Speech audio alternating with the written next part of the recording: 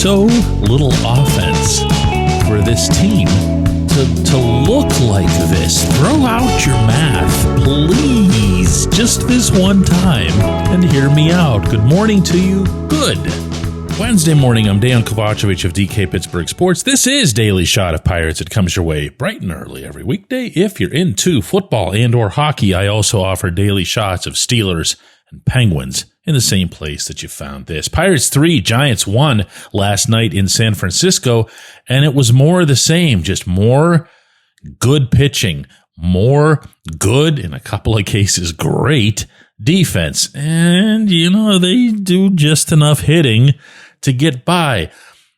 There were 12 hits, 10 of those were singles. One of those was Leover Peguero's first home run in forever in the major leagues.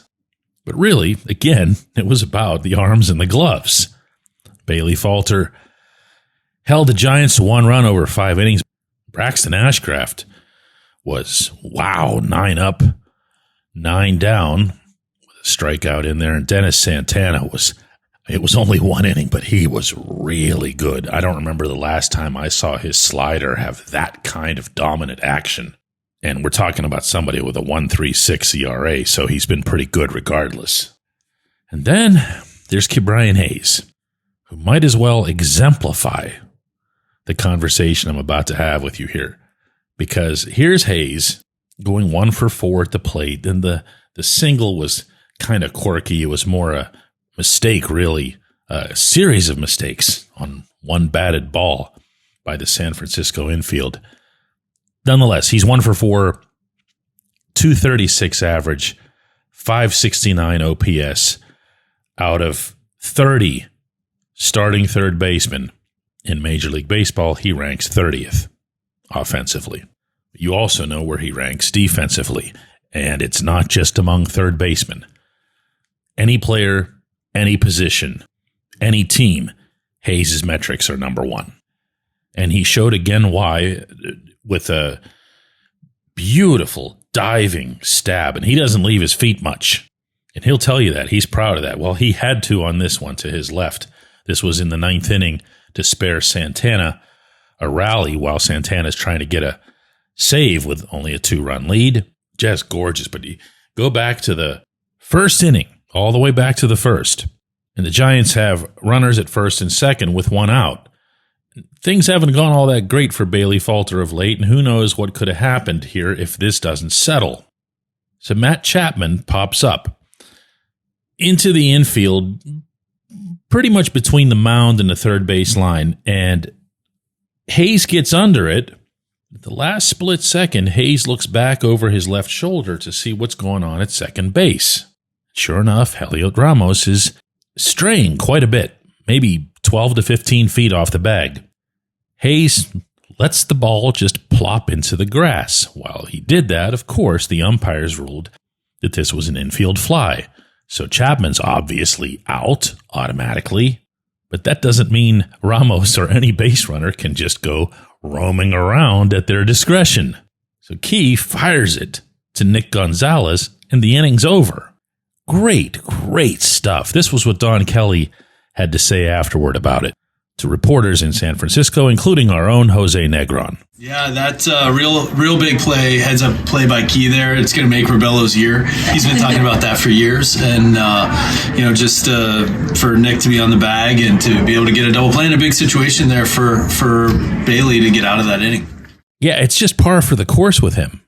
And he's one of those players, in fact, he might be the only one in the entirety of Major League Baseball where you can have an argument as to which one is more valuable, offense or defense. To what extent does one cancel out the other?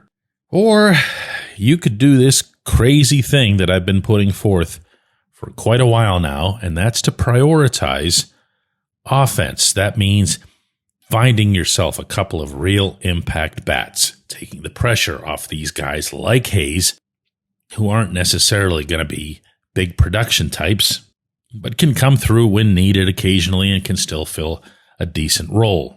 Do you want the 30th best offensive third baseman at a position that's generally speaking that important for production and, remember, power? No, absolutely not. But this is why I'm throwing him into this mix here as the model. For all the quirks, and I mean this team's had as many of them as I can recall covering in any single season. For all the quirks that this collective has come up with over the course of 4 months, there's none that stands out for me quite like when they have even just one or two guys going offensively, they look beyond competitive. And who's the guy or who are the guys who are going right now? It's really just Tommy Pham. I mean, Pham he's on a ridiculous tear. He went 3 for 4 again in this one.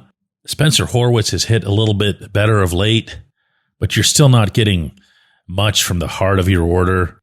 And what you are getting, it's just more sporadic than anything else. But to repeat this, it wins when it happens even a little bit. The problem is they hit a lot less than a little bit most times. Crazy number for you here. This was the 17th game the Pirates won while scoring 3 or fewer runs. 17th. So even in the face of overwhelming evidence that I accept, there's just a part of me that can't let go of this notion that if this team had those, 2, maybe 3 additional bats, they still wouldn't necessarily be good offensively. But my point is, I don't think they need to be good offensively. You just need to not be catastrophically awful. When we come back, J1Q. If you're looking for a great dining experience, look no further than North Shore Tavern. Located directly across Federal Street from PNC Park, next door to Mike's Beer Bar, North Shore Tavern is Pittsburgh's home for steak on a stone. Enjoy your steak finished on a hot lava stone in front of you, where you ensure each piece is cooked to exactly your liking. Or try their rotating selection of entrees, hot sandwiches, salads, and burgers, all while enjoying the ambiance dedicated to the great players and history of the Pittsburgh Pirates all around you. Come see why everyone's talking about North Shore Tavern and steak on a stone. It's Gun Storage Check Week. Help prevent unwanted access to your firearms. No one wants their unsecured gun to be used in an accident, a suicide, or a crime. Use lockboxes, safes, and locks to secure your firearms. Learn more at gunstoragechek.org. That's gunstoragechek.org. Brought to you by NSSF, the Firearm Industry Trade Association.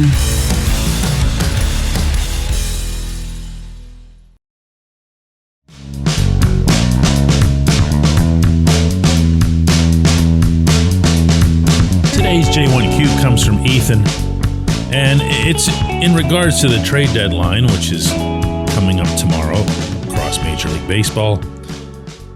He asks, DK, what could you possibly get back that would be worth sending out Mitch Keller? David Bednar is easily more replaceable than Keller, but I would be wary of any sort of return for Bednar either, especially with Ben Cherington in charge, as you've pointed out.